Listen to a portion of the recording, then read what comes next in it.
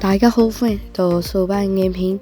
咁我今日就要嚟同大家講一講重大更新裏面嘅其中一個超級強嘅筆，就可以讓你1秒升巔峰嘅，差唔多基本上1秒。咁我哋嘅主角就係我哋嘅彈射。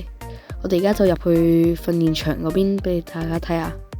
咁就你哋就會有個武裝，而家佢個武裝就會改咗係掉一嚿嘢出嚟啦。然之後佢就會係掉一嚿嘢。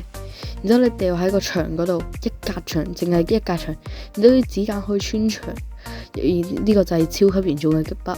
即係如果你掉嗰個喺嗰個位，然之後佢就會穿牆，不過有時就做唔到，有時呢啲子彈都會卡喺嗰個牆壁入面，所以大家就要留意一下呢個筆。然之後呢，咁好多人就利用呢個筆升咗巔峰㗎啦，你已經。咁大家記住快啲用呢個筆升巔峰啦！咁我哋今集就嚟到呢度，咁我哋下次見，拜拜。